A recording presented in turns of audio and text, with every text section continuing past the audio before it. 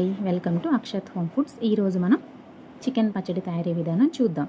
కావలసిన items: half KG chicken, ధనియాలు, అల్లం వెల్లుల్లి, లవంగాలు, దాల్చిన చెక్క, యాలకులు, గసగసాలు, జాజికాయ, జాపత్రి, బిర్యానీ ఆకు, నిమ్మకాయలు. వీటిని పక్కన పెట్టి కళాయిలో 2 స్పూన్స్ ఆయిల్ తీసుకొని అందులో మనం ముందుగా కడిగి శుభ్రం చేసుకొని ఉప్పు పసుపు కలిపి ఉంచుకున్న చికెన్ని కళాయిలో వేసి నీరంతా ఇనికిపోయే వరకు మీడియం ఫ్లేమ్ మీద కలుపుతూ వేయించుకోవాలి.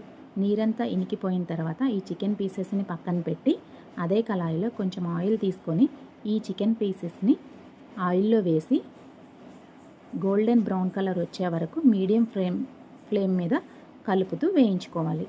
కొంచెం ఆయిల్లో అల్లం వెల్లుల్లి పేస్ట్ వేసి ఈ అల్లం వెల్లుల్లి పేస్ట్ పచ్చివాసన పోయే వరకు వేయించుకోవాలి. పచ్చివాసన పోయిన తర్వాత ఈ అల్లం వెల్లుల్లి పేస్ట్ పక్కన పెట్టి ఒక బౌల్ తీసుకొని ఆ బౌల్లో ముందుగా వేయించుకున్న చికెన్ పీసెస్, ఉప్పు, కారం, మసాలా, పసుపు, మెంతి పొడి, అల్లం వెల్లుల్లి పేస్ట్, కొంచెం వేడి ఆయిల్ వేసి బాగా కలుపుకొని పూర్తిగా చల్లారిన తర్వాత ఈ చికెన్ మసాలా అన్నీ కలిసి ఉన్న దాంట్లో నిమ్మకాయ పిండుకుంటే ఎమ్మీగా బాగుంటుంది. 2 డేస్ తర్వాత తింటే ఇంకా బాగుంటుంది. Thank you.